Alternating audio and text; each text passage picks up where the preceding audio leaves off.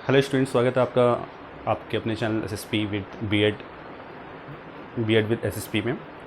आज हम CC5 unit 4 करेंगे, जो कि हमने लास्ट क्लास में यूनिट 1 2 3 कर लिया है CC5 का। तो होप्स हो कि आपने यूनिट 1 2 3 में बहुत अच्छी तरह से देखा होगा। वो वीडियो ज़्यादा लंबी ना बने इसलिए हमने बहुत शॉर्ट में बनाया था वो वीडियो। होप्स हो कि ये वीडियो भी आज की हमारी शॉर्ट में बने। इसमें सिर्फ 3 क्वेश्चंस डिस्कस करेंगे हम। क्वेश्चंस और भी हैं और उन क्वेश्चंस का जो डिस्क्रिप्शन है वो मैंने डिस्क्रिप्शन में डाल दिया है। जो भी उसका PDF है वो आप देख लीजिएगा। तो चलिए स्टार्ट करते हैं आज की वीडियो। सॉरी। सो स्टूडेंट, सबसे पहले CC5 का जो यूनिट 4 है उसका नाम है इंक्लूसिव स्कूल। लास्ट टॉपिक में जो हमने किया था इंक्लूसिव एजुकेशन किया था। इंक्लूसिव एजुकेशन क्या होता है, आज हम करेंगे इंक्लूसिव स्कूल क्या होता है। इसमें इस लाइन में सबसे आगे हम बढ़ते हैं तो देखेंगे कि define inclusive school and right it importance. It means कि इंक्लूसिव स्कूल क्या होता है उसके बारे में हम पढ़ेंगे और इसके इम्पोर्टेंस पढ़ेंगे। ये क्वेश्चन रिपीट है एक तरह से, CC1 में भी कहीं ना कहीं ये क्वेश्चन था। सो होप्सो कि आपकी एक तरह से रिवीजन है। So we come to the topic, define inclusive school. Inclusive school की अगर हम बात करते हैं तो inclusive means include. It means कि वो सभी स्टूडेंट्स को इंक्लूड करना है जो कि लायबल नहीं है, जिन्हें चीज़ें समझ में नहीं आती हैं या जो किसी वजह से अपनी एजुकेशन ग्रोथ नहीं कर पाएँ, रन नहीं कर पाएँ और उसको अचीव नहीं कर पाएँ, या फिर ऐसे स्टूडेंट जो सिमिलर स्टूडेंट के साथ सिमिलर वे में नहीं चल सकते हैं, जो कॉमन स्टूडेंट के साथ नहीं चल सकते हैं, तो उनको भी इंक्लूड करना इंक्लूसिव स्कूल कहलाता है। So it means to include those students who are away from education from different reason. अवे फ्रॉम एजुकेशन मीन्स एजुकेशन से दूर रहना। डिफरेंट रीजन देखिए स्टूडेंट्स कुछ भी हो सकते हैं, हर किसी की अपनी पर्सनल प्रॉब्लम होती है। डिफरेंट रीजन में आपका फिजिकल प्रॉब्लम भी हो सकती है, मेंटली प्रॉब्लम भी हो सकती है, फाइनेंशियल प्रॉब्लम भी हो सकती है एंड सोशल प्रॉब्लम भी हो सकती है, फैमिली प्रॉब्लम भी हो सकती है, पर्सनल प्रॉब्लम भी हो सकती है। सो ये सभी टाइप्स की जो प्रॉब्लम्स हैं उसकी वजह से कोई स्टूडेंट वैसा नहीं कर पाता है जैसा ऑर्डिनरी चिल्ड्रन करते हैं। तो इस टाइप के स्टूडेंट्स के लिए बहुत ज़्यादा हमें अलर्ट रहना पड़ता है। As a teacher, as a principal आपको अलर्ट रहना पड़ेगा कि इस टाइप के स्टूडेंट्स जो हैं उनको भी एजुकेशन दी जाए। तो उनको स्कूल में एजुकेशन देने के लिए जो स्कूल हम बनाते हैं स्पेशली उनको इंक्लूसिव स्कूल कहा जाता है। कुछ स्कूलों में एक कॉमन होता है कि सभी बच्चों को बैठा दिया जाता है, उसी में वो काम करते हैं, बट कुछ स्कूल्स जो होते हैं वो डिफरेंट होते हैं। नाउ अकॉर्डिंग टू बैलर्ड, देखिए आप एग्ज़ाम में जब लिखेंगे तो आपको कुछ ना कुछ जो स्कॉलर्स होते हैं या जिन्होंने इसे डिफ़ाइन किया उनके नाम मेंशन करना बहुत ज़रूरी है। अगर ऐसा आप करते हैं तो बेटर है, नहीं करते हैं तो मे बी थोड़ी सी आपके लिए दिक्कत हो सकती है। इसलिए आपको ये नाम याद रखना है बैलेड की, जो बैलेड के अकॉर्डिंग है inclusive school deliver curriculum those who are different from classroom. उनके लिए होता है ये एक ऐसा करिकुलम है जो कि क्लासरूम में अचीव जैसा नहीं कर पाते, जो क्लासरूम के स्टूडेंट से अलग होते हैं, डिफरेंट होते हैं, तो उनके लिए स्कूल बेसिकली बनाया गया है। होप्स हो कि आपको ये नाम याद रहेगा और एट द एंड मैं कुछ बताऊंगा भी इसके बारे में आपको। ओके, बैलेड के अकॉर्डिंग इसकी डेफिनेशन आपको याद करनी है। इंपॉर्टेंस क्या है इंक्लूसिव स्कूल के? इंक्लूसिव स्कूल की इंपॉर्टेंस है provisions of special environment, development of personality as well as society. Provision of special environment, special environment का प्रोविज़न करना है कि माहौल ही उनको चेंज करके देना है। माहौल मीन्स कि आपका मे बी सिलेबस भी चेंज हो सकता है और वे ऑफ टॉकिंग भी चेंज होगा। कई तरह के इंस्ट्रूमेंट्स होंगे, विजुअल एड्स होंगे, हियरिंग एड्स होंगे। किसी भी प्रकार की कोई परेशानी है तो वो उसे सॉर्ट आउट कर सकता है। तो इस टाइप की जो कंपोनेंट्स हैं या प्रोविजंस है वो वहाँ पे प्रोवाइड करवाए जाएंगे। डेवलपमेंट ऑफ पर्सनैलिटी, देखिए अगर ये चीज़ को प्रोवाइड करवाई जाती है तो ऑब्वियस सी बात है कि उनका डेवलपमेंट होगा, उनकी पर्सनैलिटी डेवलप्ड होगी, उनकी अंदर की जो विल पावर नहीं थी, ख़त्म हो गई थी या बहुत कम थी, वो इंक्रीज होगी और ये बहुत ज़रूरी है। और as we know that if it grow individually then it will be grow with family, and when family developed then society developed, and then society developed state developed, and then state developed then country developed. So in one line if I say that if individual development occurs in our society then it will developed our society. अगर particular एक व्यक्ति काफ़ी अच्छी तरह से चलता है तो उसका विकास होता है, उसकी फैमिली का विकास होता है, फैमिली का विकास होगा तो उसके समाज का विकास होगा। So that's why we can say that the inclusive school and its importance is very important for us and our society and as well as in a school and as well as in a particular students and particular child. Inclusive school की हमें बहुत ज़्यादा ज़रूरत है ताकि हमारे society का विकास हो सके, उस बच्चों का विकास हो सके जो स्टूडेंट साथ में अचीव नहीं कर सकते हैं, उनका विकास हो सके। आप सपोज़ कीजिए कि एक ऐसा स्टूडेंट आपके आसपास है जो सिर्फ इसलिए नहीं पढ़ रहा है क्योंकि वो कॉम्पिटिट नहीं कर सकता है, वो सिर्फ इसलिए नहीं पढ़ पा रहा है क्योंकि वो फिजिकली हैंडीकैप्ड है, मेंटली हैंडीकैप्ड है, इसलिए वो नहीं पढ़ पा रहा है। तो ये कितनी गलत बात होगी। ऐसे टाइम पे इस टाइप के जो स्कूल हैं उनके लिए एक बून होते हैं, वरदान होते हैं। Now we come to the next topic, define classroom management, write its components. देखिए क्लासरूम मैनेजमेंट क्या होता है। एज अ गुड टीचर आप अपने क्लास को यही चाहेंगे कि उस क्लास में सभी तरह की फैसिलिटीज़ प्रोवाइड की जाएं। सभी तरह की मीन्स हर वो चीज़ जो कि आपके स्टूडेंट के लिए नीडेड है। स्टूडेंट्स देखिए, एक पर्टिकुलर क्लास में मिनिमम स्टूडेंट्स की जो क्वांटिटी होती है वो 30 होती है। सो 30 to 40 स्टूडेंट्स आपके सामने बैठे हैं, क्या उन सभी स्टूडेंट्स को समझ में आ रहे हैं? इट इज़ नॉट पॉसिबल कि सभी स्टूडेंट को एक ही बार में एक ही चीज़ समझ में आ जाए, लेकिन आपका रेशियो कम से कम 70+ हो तो वो बेटर है। तो क्या 70+ को भी समझ में आ रहा है? इसके लिए आप डिफरेंट काइंड्स ऑफ थिंग्स अपने क्लास में that is needed for your teaching रखेंगे। और वो डिफरेंट काइंड ऑफ थिंग्स क्या है? वो जो भी चीज़ें उससे आपकी लर्निंग बेस्ट हो सकती है, आप अच्छी तरह से सिखा सकते हैं, अच्छी टीचिंग दे सकते हैं। और इसमें वो सभी चीज़ें आ जाएंगी जैसे कि एक वाइट बोर्ड हो गया, एडुकॉम हो गया, लर्निंग एड्स हो गया, ऑडियो एड्स हो गया, ये सभी चीज़ें आप प्रोवाइड कराएंगे। सभी चीज़ें इक्वल रेंज में होनी चाहिए और पर्टिकुलर सभी स्टूडेंट्स को मौका देना चाहिए कि आप उनको बताने का, समझाने का मौका देते हैं और हर स्टूडेंट आपको वो चीज़ या पूरे क्लास को अपनी वो चीज़ बहुत अच्छी तरह समझा सके। तो ऐसा मैनेजमेंट आपको करना है। इस टाइप की जो मैनेजमेंट होती है उसे क्लासरूम मैनेजमेंट कहते हैं। Now it is used if we talk about its definition, then we will see that it is used by a teacher to maintain classroom that may provide best learning environment. Best learning environment, as I said, best learning environment. तो ये best learning environment आपको याद रखना है कि किस तरह से हम बहुत अच्छी तरह से उनको सीखने का मौका दें, उनको एक चांस दें कि उनको भी आना चाहिए। और वो डिफरेंट काइंड्स ऑफ टूल्स के जरिए ही पॉसिबल है, जो कि मैनेजमेंट का एक हिस्सा है। So that students can learn easily, ताकि स्टूडेंट जो है काफ़ी अच्छी तरह सीख सके। कंपोनेंट्स इसके हैं good relation with the students and the teachers, feedback, good faculty, rules and routines. इसमें विजुअल एड्स, टूल्स वगैरह, उसके साथ साथ आपकी चीज़ें ये भी आती हैं कि आपका आपके स्टूडेंट के साथ और आपके स्टूडेंट का आपके साथ कैसा बिहेवियर है। क्या वो स्टूडेंट अभी सभी प्रॉब्लम्स आपसे शेयर करता है? सभी मीन्स स्कूल की प्रॉब्लम, नॉट पर्सनल। अगर वो स्कूल की प्रॉब्लम आपसे शेयर करता है या जो भी चीज़ें हैं उसको किसी सब्जेक्ट में सब्जेक्टिव प्रॉब्लम है वो शेयर करता है, तो ये बहुत अच्छी बात है।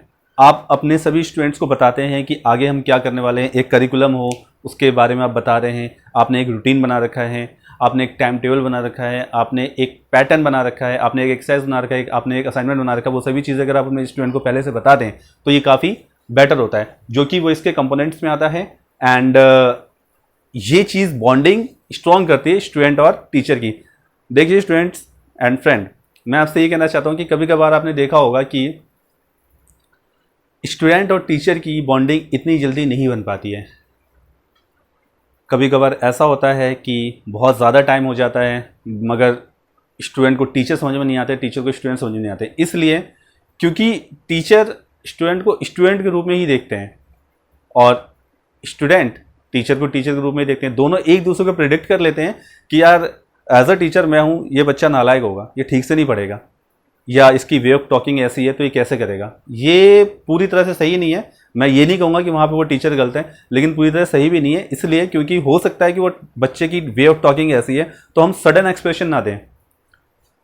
आई want to say my all viewers that don't जज any person, even non living things, in first sight. आप किसी भी चीज़ को एक बार में जज नहीं कीजिए, ये गलत है। इसी से हमारी सोसाइटी ख़राब होती है। और if you are in a teaching profession तब तो बहुत ज़्यादा गलत है। अगर आप टीचिंग प्रोफेशन में हैं तो आपके सामने स्टूडेंट बैठे हैं, अगर वो ठीक से वर्क नहीं कर रहा है तो आप फर्स्ट एक्सप्रेशन अपना ये ना दें कि आप उससे काफ़ी फ्रस्ट्रेटेड हो गए। This is not a solution to teach. So मुझे बस यही आपको बताना है कि स्टूडेंट और टीचर का रिलेशन तभी अच्छा बन सके जब आप उनको मौका दें। और यही चीज़ मैं स्टूडेंट से कहना चाहूँगा। जितने भी स्टूडेंट्स मेरी बातें सुन रहे हैं, जितने भी स्टूडेंट्स ये वीडियो देख रहे हैं, उनके लिए मैं ये बोलना चाहूँगा कि आप किसी टीचर से ये प्रिडिक्ट ना करें कि वो टीचर आते ही आपको मारेंगे या आते ही आपको बोर करेंगे या पढ़ाएंगे या सुला देंगे, जो भी है। फर्स्ट ऑफ ऑल मैं बस ये कहना चाहता हूँ कि आपको जो भी चीज़ें ऐसी लग रही है, एक बार आप खुद को उनकी तरफ रख के सोचिएगा तो आपकी जो भी प्रिडिक्शन है वो अपने आप ही ख़त्म हो जाएगी, खास करके negative prediction. Teaching is not a easy job. Okay, feedback, good faculty, rules and routines. Feedback भी जरूरी होता है कि एज अ टीचर मैं अपने स्टूडेंट को फीडबैक दूं कि आप लोगों ने आज कैसा परफॉर्म किया। एज अ स्टूडेंट मैं अपने टीचर को फीडबैक दूं कि सर आपने आज कैसा पढ़ाया, मैडम आपने आज कैसा पढ़ाया, कौन सी चीज़ ज़्यादा हमें अच्छी लगी। इससे क्या होता है कि हम ज़्यादा इंप्रूव करते हैं, एज अ स्टूडेंट भी एज अ टीचर भी, कि हमें कल वो पूछना है या फिर मुझे कल ये बताना है, इस वे में बताना है, etcetera etcetera. Good faculty, all of you know better that what is the meaning of good faculty. सभी चीज़ें क्लीन एनवायरनमेंट हो, शोर ना आ रहा हो, काफ़ी अच्छी तरह से हम आगे बढ़ रहे हो, आपके आसपास बुक्स की क्वांटिटी उतनी ही है जितनी आपको नीड है।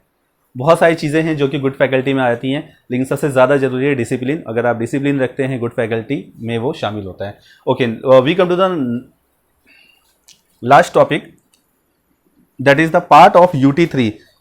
देखिए स्टूडेंट्स, ये जो क्वेश्चन हमारा बचा हुआ है ये UT3 का क्वेश्चन था, UT3 का क्वेश्चन नंबर 1 था। We have not discussed it in last class, so we are discussing it in today's video. Define remedial teaching. Remedial teaching क्या है, इसे डिफाइन कीजिए। Write its aim and function, इसके aim और function लिखिए, इसके उद्देश्य और इसके कार्य क्या है ये बताइए रेमेडियल टीचिंग के। सो रेमेडियल टीचिंग को सुधारात्मक टीचिंग कहते हैं। It is also known as correction teaching. इसको करेक्शन टीचिंग कहा जाता है। इट मीन्स कि आप एक पर्टिकुलर वे में पढ़ा रहे हैं, लेकिन आपको लगता है कि उससे इंप्रूवमेंट नहीं हो रहा है, बच्चा नहीं समझ पा रहा है, तो आप थोड़ा सा लेवल अपना नीचे कर देंगे। आपने काफ़ी एडवांस लेवल से पढ़ाया है लेकिन थोड़ा सा लेवल नीचे कर देंगे, तो उस टाइप का जो वो कहलाएगा वो करेक्शन टीचिंग कहलाएगा, उस टाइप का जो लेवल कहलाता है। एंड बेसिक स्किल्स एजुकेशन, इसको बेसिक स्किल्स एजुकेशन भी कहते हैं। देखिए मैं जानता हूँ कि आपको थोड़ा सा लग रहा होगा कि हाउ दिस पॉसिबल, कि ये कैसे हो सकता है कि एडवांस हमें पीछे से बोला गया है, प्रिंसिपल का ऑर्डर है कि हमें एडवांस वे में पढ़ाना है, लेकिन हम उसको कैसे कर दें। तो ये शॉर्ट टर्म के लिए करना होता है, ये कोई ज़्यादा लॉन्ग टर्म के लिए नहीं करना होता। हमें एज अ टीचर आपको सभी चीज़ें फॉलो करनी होंगी अपने स्टूडेंट के लिए। टीचर सिर्फ इसलिए नहीं बनता ताकि सैलरी उठा सकें, आपको बहुत कुछ इंप्रूव करना पड़ता है अपने स्टूडेंट के अंदर। So basic skills education, this is a teaching that identify slow learner. और आपको एज अ टीचर अपने स्टूडेंट को आइडेंटिफाई करना है कि स्लो लर्नर कौन है, कौन सा बच्चा है जिसे बहुत ज़्यादा देर में समझ में आ रहा है या जो बहुत ज़्यादा देर से कैच कर रहा है, किसे चीज़ें बाकियों के अकॉर्डिंग बहुत लेट समझ में आ रही है। ये आपके अंदर कैचिंग पावर होनी चाहिए और उसको आइडेंटिफाई करके आप उसको रेमेडियल टीचिंग देंगे, यानी कि अलग से क्लास दे सकते हैं। एक ग्रुप बना लें या जो भी जितने बच्चे हैं उनके साथ आप उनको बैठा सकते हैं, इस टाइप में कर सकते हैं। Of their difficulties and then provide them necessary help and guidance to sort out problem. देखिए नेसेसरी हेल्प जो लिखा है, नेसेसरी हेल्प ये लिखा है कि आप या तो उसको इंडिविजुअल क्लास देते हैं, स्टाफ रूम में आप कभी बुला लें, या आफ्टर जब छुट्टी होती है स्कूल की तो उसके बाद आप 15 मिनट 20 मिनट या आधा घंटा उसको दे दें। ये चीज़ें होती हैं कि आप नेसेसरी हेल्प कर सकते हैं। और guidance to sort out problems, और समटाइम्स ये भी होता है कि आप 5 से 10 मिनट के लिए, हो सकता है कि आपका स्टूडेंट आपसे पर्सनली कुछ बात करना चाह रहा हो, वो पर्सनली समझना चाह रहा हो सकता है कि ग्रुप में हेजिटेट हो रहा हो, शाई हो रहा हो। तो ये चीज़ें क्या करती हैं कि थोड़ा सा मनोबल विकसित करती हैं विद्यार्थियों का, और ये चीज़ उनको हेल्प करती है कि इसमें अपनी हेजिटेशन, अपनी प्रॉब्लम्स को दूर करने में। सो एम इसका क्या है, हमें ये पता चल गया कि रेमेडियल टीचिंग क्या होती है। रेमेडियल टीचिंग वो होती है कि अगर आपके स्टूडेंट के अंदर कुछ प्रॉब्लम है तो आप उसको अलग से क्लास दे रहे हैं ताकि उसके अंदर की क्वालिटी जो है इम्प्रूव हो सके।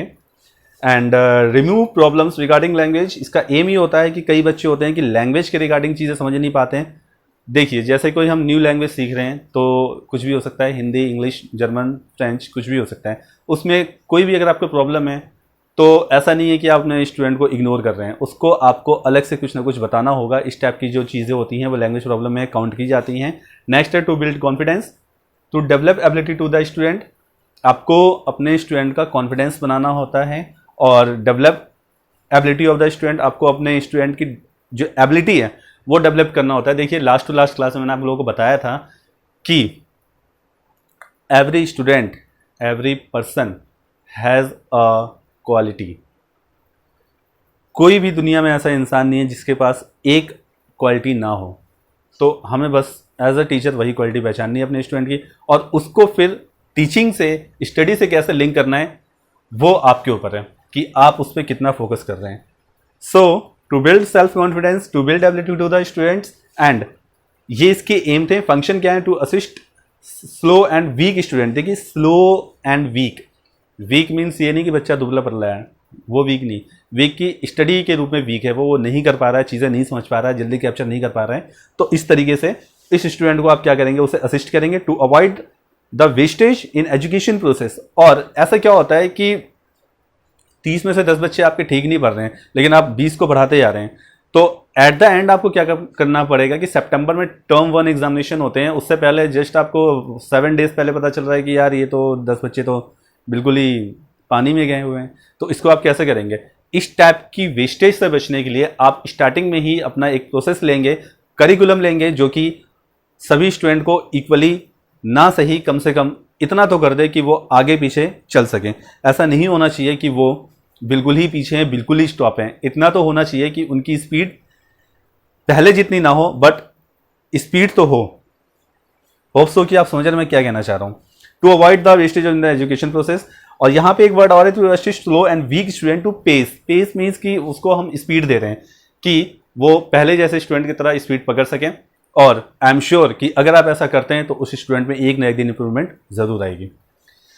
सो रेमिडियल टीचिंग मैंने आपको बता दिया क्या होता है। इंक्लूसिव स्कूल भी मैंने बता दिया, एक बार रिवाइज कर लेते हैं कि इंक्लूसिव स्कूल क्या होता है। It means to include those students who are away from education for different reasons according to Ballard। आपको इसका नाम याद रखना है। according to Ballard, inclusive school delivered a curriculum those who are different from classroom। different means as you know कि what is the meaning of different here। okay, importance क्या है इनकी? Provision of special environment, development of personality as well as society. देखिए, इसका जो importance है, provision of special environment की, special environment की प्रोविज़न बनाया जा सके कि ऐसे बच्चों को एक अलग सा माहौल दिया जा सके जो कि वो बहुत अच्छी तरह सीख सकें। और इसका एक फ़ायदा ये होता है कि अगर उस बच्चे की हेजिटेशन हटती है, शाइनेस हटती है, या उसके अंदर की प्रॉब्लम हटती है, तो उसके अंदर की विल पावर इंक्रीज़ होती है। विल पावर इंक्रीज़ होगी तो वो काफ़ी खुश रहेगा, काफ़ी अच्छी तरह से परफॉर्म करेगा और उस चीज़ को अचीव कर सकता है जो उसे अचीव करना चाहिए। Next, classroom management, write its component. तो क्लासरूम मैनेजमेंट होता है, it is used by the teacher to maintain a classroom that may provide best learning environment so that student can learn easily. Component है इसके good relationship with student and teacher. Classroom management में हर वो चीज़ आपको provide करनी है जो कि स्टूडेंट के लिए ज़रूरी है। इसके कंपोनेंट ये हैं कि आपकी कैसे बॉन्डिंग है स्टूडेंट के साथ और स्टूडेंट की आपके साथ कैसे बॉन्डिंग है। साथ में फीडबैक आ जाता है, गुड फैकल्टी आती है, रूल्स एंड रूटीन्स आ जाते हैं कि आप रूल्स क्या बना रहे हैं, रूटीन्स क्या बना रहे हैं और उसको फॉलो कौन कर रहा है, कैसे इंप्लीमेंट हो रहा है, किस दिन हो रहा है, कौन करवा रहा है, मॉनिटर कौन है, सेकंड मॉनिटर कौन है। Everything you have to notice in your class. Define remedial teaching. Remedial teaching आपको बता दिया है कि जैसे कि आपको मैंने हिंदी भी लिख दिया आपको ताकि आपको पता चल जाए। सुधारात्मक होता है कि आपके किसी स्टूडेंट के अंदर या किसी ग्रुप ऑफ स्टूडेंट के अंदर कुछ प्रॉब्लम है, वो नहीं कर पा रहे हैं, नहीं अचीव कर पा रहे हैं, सीख नहीं पा रहे हैं, बाकी जैसे चल नहीं पा रहे हैं। They are very slow learner than other student, so we use here remedial teaching। अब आप ये remedial teaching उनको एक स्पेशल क्लास में दें, एक ग्रुप में दें या स्टाफ रूम में दें या एक इंडिविजुअली बताएं, it all depends on you, but it is very necessary in a school to develop your student criteria and their aims। So aim भी पढ़ लेते हैं। To remove problem regarding language, to build self confidence, to develop ability to the students. Function इसके to assist slow and weak student to pace to avoid the wastage in education process. Hope so कि आपको ये सभी topic समझ में आया होगा students. और इससे रिलेटेड कुछ क्वेश्चंस जो हैं, इसके आंसर जो हैं मैंने डिस्क्रिप्शन में डाल दिए हैं, आप उसको पढ़िएगा। उन सभी क्वेश्चंस में आपको कोई भी अगर प्रॉब्लम लगती है तो आप ज़रूर पूछिएगा, कमेंट में आप लिख सकते हैं कि कहाँ क्या प्रॉब्लम है। होप सो कि आप इन क्वेश्चंस को दोबारा रिवाइज करेंगे। और मैं आपसे ये कहना चाहता हूँ कि ये जो बैलेड है, आप इसका नाम याद रखें कि इन्होंने किसमें अपनी आइडियोलॉजी रखी थी। तो इंक्लूसिव स्कूल की इन्होंने डेफिनेशन दी थी, इन्होंने डिफाइन किया था। तो आपको याद रखना है, क्योंकि मैं आप लोगों से हर बार बोलता हूँ कि आप कोई सा भी एग्ज़ाम देंगे, खास करके जो कि टीचिंग से रिलेटेड हो, वेदर इट वुड बी